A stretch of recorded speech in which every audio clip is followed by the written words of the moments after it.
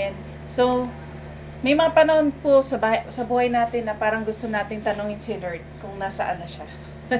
No? So, tanong natin minsan, Lord, bakit ba nangyayari to sa akin? No? Ano ba nangyayari sa buhay ko? No?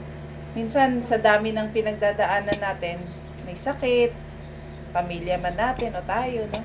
Kawalan ng financial, may takot, may disappointments, na parang tahimik si Lord. At kapag tahimik po si Lord, doon po pumapasok yung pagdududa or yung doubt natin. Pero gusto kong sabihin sa inyo ngayon, ang doubt po ay hindi kabaliktaran ng faith. Ito po ay daan papunta sa mas malalim na pananampalataya. So, kung babasahin po natin ang Mark chapter 9, 14 to 29, mahaba-haba po ito, pero ikukwento ko na lang po, no? Yung summary ng kwento. So, pagkababa ni Jesus mula sa bundok, kasama si Peter, James at John, no? Nadatnan po niya ang ibang disciples na napapalibutan ng maraming tao at nakikipagtalo doon sa mga religious leaders. May isang tatay po doon na lumapit kay Jesus, desperado po kasi matagal nang inaalihan ng masamang spirito yung anak niya. Pinapahiga yung bad spirit na yun, pinapahiga yung bata sa lupa, pinapabula yung bibig, at minsan gusto pang patayin. So, sinubukan daw ng mga disciples ni Jesus na paalisin yung mga spirito na nasa batang yun. Pero hindi nila kinaya. So, dito, sinabi ni Jesus, "You unbelieving generation, how long shall I stay with you?" So, obviously, nasaktan si Lord sa kakulangan ng faith, no, ng tatay. So, nilapitan ni Jesus ang bata at nang makita siya ng spirito, biglang nagwala yung bata. So, tinanong ni Jesus yung tatay, gaano na ba katagal ito? Ang sabi ng tatay, mula pa pagkabata. At sabi, kung maaari, tulungan mo kami. Sagot ng Panginoon, kung maaari, no? May tanong kasi na kung maaari eh. So everything is possible for the one who believes. Dito biglang sumigaw yung tatay, I believe, help my unbelief. So agad pinalayas ni Jesus ang masamang spirito at ang batang ito, akala ng marami ay patay na, hinawakan ng Panginoon at itinayo ang batang ito. Pagkatapos tinanong ng mga disciples kung bakit sila nabigo sa pagpapalayas dun sa bad spirit. Ang sabi ni Jesus, this kind can come out only by prayer. So minsan, hindi lang sa pamagitan talaga ng kakayanan o effort ang kailangan ng tao, kundi pusong nananalig at nananalangin. Yung prayer na may kasamang pananampalataya. Kasi, for example, may sakit ka, tapos nang hingi ka ng prayer kay pastor or kahit sinong leader, pero deep inside your heart, nagda-doubt ka. So, bandang huli, parang hindi pa rin maririnig ng Panginoon kasi walang faith, no? Para po kasi yung faith po, imagine natin ang kahon, no? Maliit lang ang kahon, no?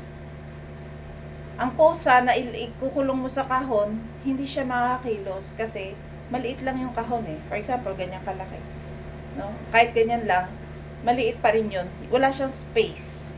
Or sabi natin, kulungan, 'di ba? 'Di ba pag nasa kulungan ng pusa, hindi siya makakaikot at hindi siya malayang makakakilos dahil nakakulong siya sa isang kulungan or sa isang box.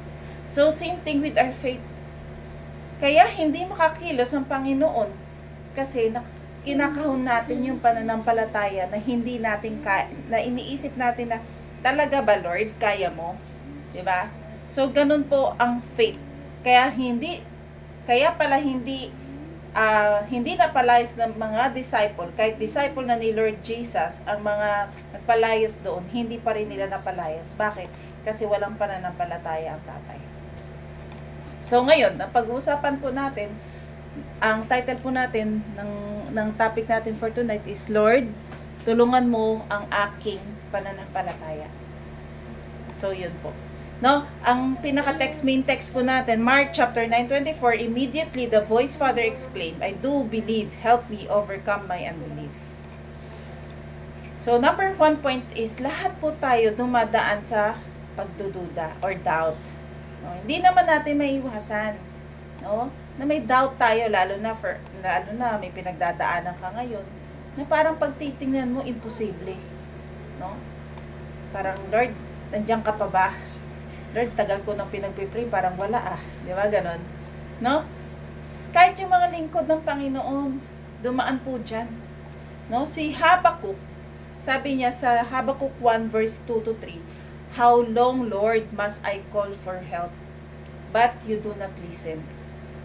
Or cry out to you, violence, but you do not save? Why do you make me look at injustice? Why do you tolerate wrongdoing?" So kahit si Prophet Habakkuk, tinanong niya o question niya ang Panginoon in the middle of his suffering. Yet, his story shows that honest doubt can lead to deeper faith. No? So, sabi niya, Lord, hanggang kailan ako tatawag pero di ka sasagot? Diba? So, kahit siya ay isang propeta na, nakaranas po siya ng doubt. No? Next, si King David, sa Psalms 13, ang sabi po ni King David, "How long, Lord, will you forget me forever? How long will you hide your face from me? How long must I wrestle with my thoughts and day after day have sorrow in my heart?" Si King David often felt forgotten by God, yet he always ended his psalms with trust and praise. Normally, bilang tao, hindi maiwasan, magkaroon po tayo ng doubt o pagdududa. Dadaan po tayong lahat dyan. So kung dumadaan ka ngayon sa ganitong season, huwag kang mag-alala kasi hindi ka nag-iisa. Diba? Lahat tayo, even si King David, si Habakkuk, nakaranas po nito. Even yung tatay, no? Yung tatay nung inaalihan ng masamang spirito, nakaranas po nito. So hindi po tayo masamang Kristiyano kung nagda-doubt ka. Tao ka. You're a human. And God understands your heart. Ang importante po, dalhin natin yung pagdududa natin kay Lord, hindi ilayo natin yung sarili natin sa Panginoon. No? So, ibig sabihin, the more ka nagdududa, the more mo isuko yung pagdududa mo sa Panginoon. Katulad nung ginawa nung isang tatay sa Mark chapter 9, na kahit ang sabi niya dito sa Mark chapter 9 verse 24, immediately the boy's father exclaimed, "I do believe, help me overcome my unbelief." No? So, pwede natin maging prayer din yung ganito. Na, Lord, alam ko hindi pa po, may faith ako sa iyo pero maliit lang. Lord, extend my faith. No? Or, Lord, palawakin mo pa yung faith ko, Lord, hindi lang ganito kaliit. Gusto ko palakihin mo. So, ibig sabihin, not by might, not by power, but by the Spirit of the living God pa rin. Amen. So, that's number 1. Ang sabi po, lahat tayo ay dumadaan sa pagdududa. Number 2, madalas masakit ang karanasan kaya tayo nagdududa. So, di ba? Masakit yung naranasan mo sa family mo, no? No, may sakit na nararanasan yung ano ba? No, may sakit. Ang galing mo naman sa no. Meron tayong nararanasang sakit, pangangailangan, bighati, no, pains, no, suffering, anything na pwedeng mag-doubt ka na. No, yung matagal mong pinagpipray, Lord, tagal ko nang pinagpipray, parang wala kang sinasagot. Di ba, ganun? Tulad ni Peter, lumakad siya sa tubig, pero nung nakita niya yung malakas na hangin, natakot siya at lumubog. So, hindi po siya lumubog dahil walang faith si Peter. Lumubog po siya dahil napatingin po siya sa bagyo at hindi na po sa ating Panginoon. So, marami sa atin ngayon ganito. Kapag lumalakas ang hangin ng pagsubok o problema, de-focus tayo kasi yung tinitingnan na natin yung present situation o yung current situation. No? Pero ang kagandahan po, habang lumulubog si Peter, Jesus reached out His hand. So kahit sa gitna ng pagdududa natin, ang kamay ng Panginoon ay nakaunat pa rin sa iyo para tulungan kanya sa pagdududa mo. at tulungan ka ni Lord sa sitwasyon mo. Amen. So that is number 2. Madalas, masakit ang karanasan natin, kaya tayo nagdududa. No? Number 3, i-confess mo ang doubt mo, wag mong itago. No? Total, alam naman ni Lord yun naman ang puso mo, bakit mo pa itatago kay Lord? Diba? Iyak mo kay Lord, Lord, pagod na ako, Lord, ayoko na. Diba? Tatay natin siya. Alam ng Panginoon kung ano talaga nararamdaman natin. At hindi natin pwedeng itago sa Lord yun. Amen. So sa Mark 9:24, naging honest yung tatay. Sabi niya, Lord, naniniwala ako, pero tulungan mo ang kakulangan ng pananampalataya ko. No? May faith naman eh. Totoo naman, may faith naman tayo kay Lord. Pero minsan talaga nabibitin. No? Minsan bitin yung faith natin. At alam mo, hindi siya tinanggahan ni Lord eh.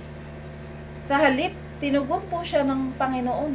Yung panalangin ng tatay na to, no? Tinugon po ng Panginoong Hesus. Kahit nakulang ang faith niya, pero nanghingi siya ng extension ng faith niya, nakulang. No? Kaya nga, pinagaling ng Panginoong Hesus ang batang ito, yung anak niyang inaalihan ng masamang espiritu for many years, from the time na pinanganak po ang bata. So minsan akala natin, kailangan natin maging perfect yung pananampalataya bago tayo pakinggan ni Lord. No, hindi po natin kailangan maging perfect yung faith natin. Sa totoo po, ang gusto ng Panginoon, yung tapat yung puso natin sa harapan ng Panginoon. No? Hindi niya hinihingi ang perfect faith sa atin. Ang gusto ng Panginoon, maging totoo ang puso natin sa Lord. Minsan may mga prayers talaga tayo na hindi mo na kayang i-express through words. Iiyak mo na lang sa Lord. And mas pinakikinggan ng Panginoon. Kasi alam niya totoo. No? Kasi minsan may mga prayer na parang kabisado mo na yung pinagpipray mo na puro na lang bibig. Wala na sa puso. Kahit hindi naman tayo katulad noon na Catholic, no? Kasi Catholic madalas magkabisado noon. So, minsan may mga panalangin kasi tayo na parang redundant. Hindi ko naman sinabing masama yun, pero dapat kahit na paulit-ulit or bawa may pinagpipray kang tao, paulit-ulit, no? Dapat galing lagi sa puso. Gusto ni Lord tapat, no? Na panalangin galing sa puso lagi. Number 4, God meets us in our doubt. Katulad ni Thomas, kung naalala natin si Thomas, isa sa mga disipulo ni Kristo, pagbalik ni Jesus after resurrection, pumunta si Jesus sa kanyang mga disipulo. And ang una nakakita sa kanya ay si Thomas. At si Thomas ang tinatawag na doubting Thomas. Nagduda din po si Thomas. Pero nung nagpakita si Jesus, hindi niya sinabi, lumayo ka Thomas. Diba? Ang sabi ni Jesus, tingnan mo ang aking mga sugat. Tingnan mo yung kamay ko. Diba? So, ibig sabihin, grasya po ni Lord, grace po ng Panginoon sa atin. Na hindi po tayo tatanggihan ni Lord because of our doubt. Pinapakita lalo ng Panginoon yung truth ng kanyang pagmamahal po sa atin. Amen? So that is number 4. God meets us in our doubt. Na kahit nagdududa ka sa Panginoon, maya-maya ipapaalala sa'yo ni Lord, anak, diba? Bawa, nagpe-pray ka, no? Tapos, yung the same place, ako yun yung nangyari sa akin. Dito, nagpe-pray ako, umiyak ako sa Lord. Sabi ko, Lord, umiyak ako. Tapos parang nagda-doubt ka na, pero alam mo naman, biglang paalala sa'yo ni Lord, anak, diba, yung ganitong sitwasyon mo noon, na-overcome mo, ngayon pa ba? Ngayon pa ba kita hindi kayang tulungan? Diba? So, diba, minsan papaalala sa atin ng Panginoon. Yun yung grace ni Lord eh. Papaalala sa atin ng Panginoon na ganito yung sitwasyon mo noon, pero ngayon, babalikan mo na lang. So, the same thing, yung sitwasyon natin ngayon, after ilang months, ilang years, babalikan mo na lang ulit. Kasi tinugon ka na ni Lord. Diba? So, 4 po ito. Ang topic natin, Lord, tulungan mo ang aking pananampalataya. No? Point number 1, lahat po tayo dumadaan sa pagdududa. Point number 2, madalas masakit ang karanasan kaya po tayo nagdududa. Number 3, i-confess po natin yung doubt natin at wag po natin itago. And number 4, God meets us in our doubt. So, baka ngayon, nasa gitna po tayo ng tanong, Lord, bakit mo po ako pinapabayaan? O bakit nangyayari ito? Bakit mo hinayaang mangyari ito? No? Tandaan po natin, ang faith natin ay hindi ibig sabihin na wala po tayong duda. Ito po ang pagpili pa rin nating magtiwala sa ating Panginoon kahit nagtatanong po tayo sa ating mga puso. Diba? Lord, kahit hindi ko naintindihan, I will trust in you. Tulungan mo ako sa aking pananampalataya. Yung faith po ay parang paghuhukay ng minahan. No? Papakita po ang picture.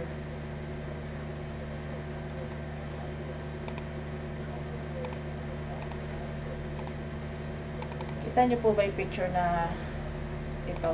Kita nyo po? Anyone? Kasi wala po. Nakashow po ako, hindi ko po kayo makita.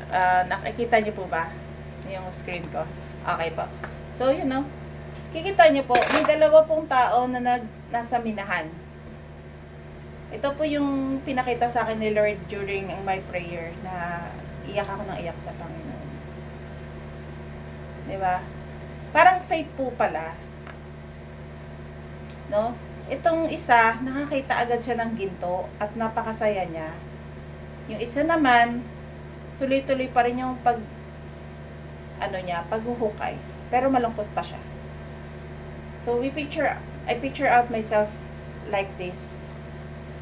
Pwede yung tagumpay ng ibang tao, andyan na, nangyayari na. Ikaw, naghuhukay ka pa rin ng ginto mo. And it doesn't mean na wala kang makukuhang ginto. No? Pwedeng literal na ginto. Joke lang. No? Ano pong gusto kong sabihin dito? Diba? Yung faith natin parang paghuhukay sa minahan. Kapag tayo po ay huminto sa ating paghuhukay, at ang paghuhukay po natin, yan po yung ginagawa nating pananalangin na may pananampalataya. Hindi po natin makukuha ang ating pinapanalangin o dinidesire kung hindi natin pinaghihirapan through prayer with faith. Imagine, yung pag hinuhukay mo na at huminto ka sa, di ba? Yung paghuhukay equivalent to prayer and faith. Ngayon, kung hindi ka na naghukay, you didn't pray, you stop praying, you stop having your trusting the Lord, tapos konti na lang pala na panalangin, makukuha mo na yung ginto o yung sagot sa prayer mo. Diba? Ganito po yung faith natin. Madalas, nananalangin tayo na ang tagal-tagal na. Pero may time na gusto mo na mag-stop. Pero kung saan ka huminto, doon na pala dapat tutugon si Lord sa'yo. Kaso, huminto tayo manalangin at magtiwala sa Lord. Diba? Kaya ngayon, kung nag-stop ka mag-pray, tuloy mo yan. Wag na wag tayong hihinto. Kaya sabi ng Bible, pray without ceasing. Dapat yung prayer natin with faith lagi. Kasi we believe naman na ang Panginoon may sagot. 3 lang yan. No, yes, tsaka wait. Pero definitely, may sagot si Lord.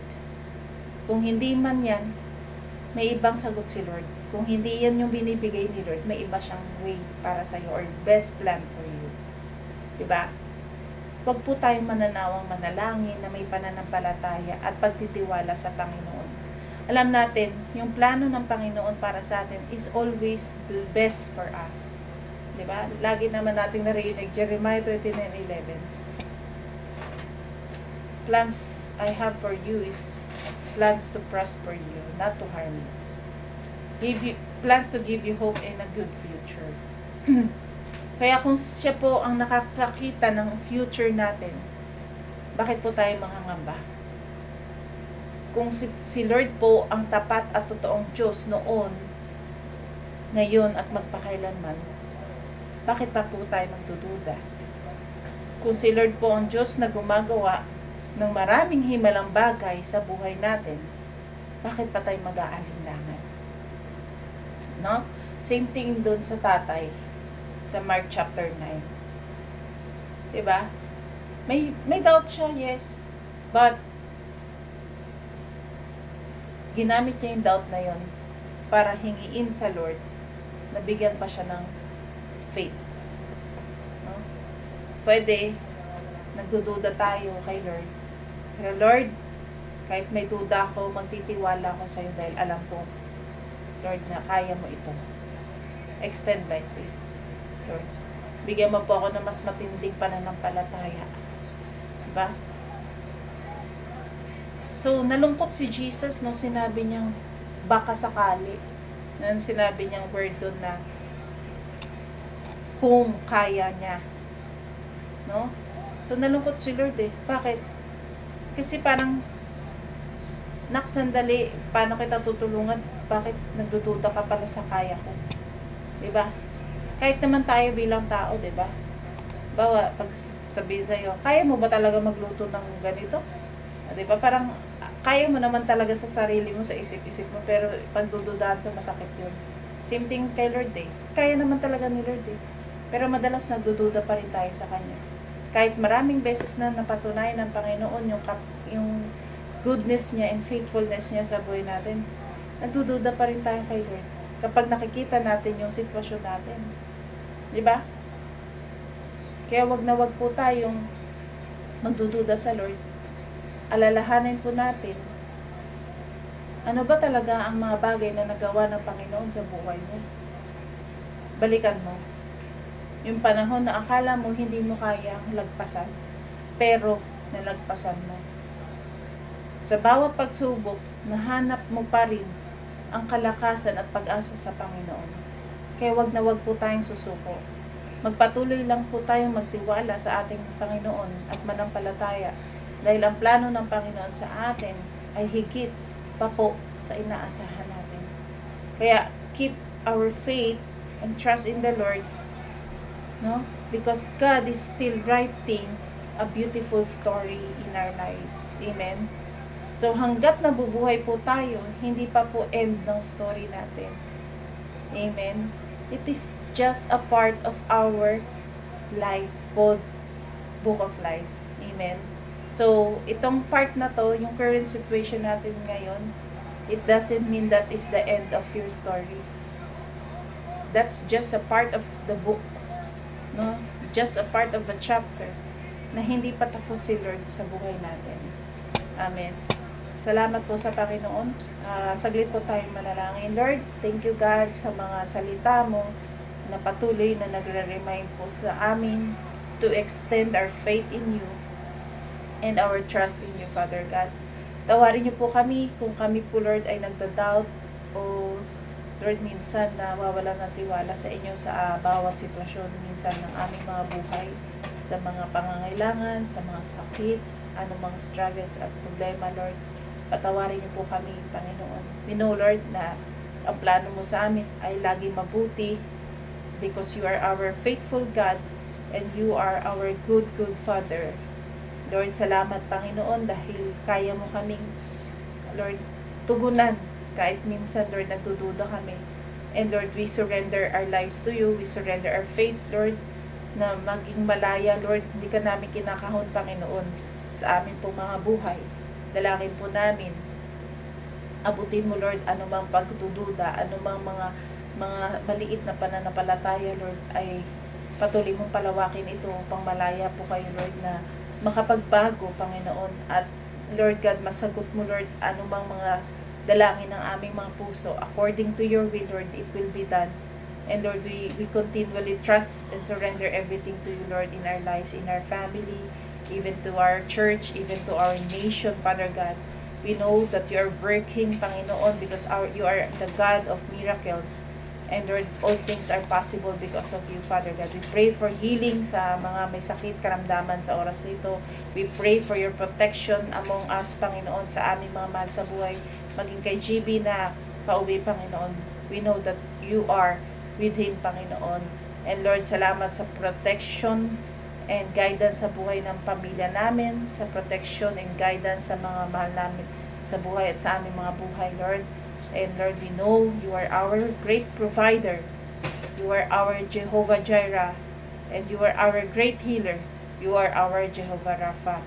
Again, Lord God, we declare your glory, and we declare you are our good God, and you are our great healer and provider. We love you, Jesus. We praise you in Jesus' name.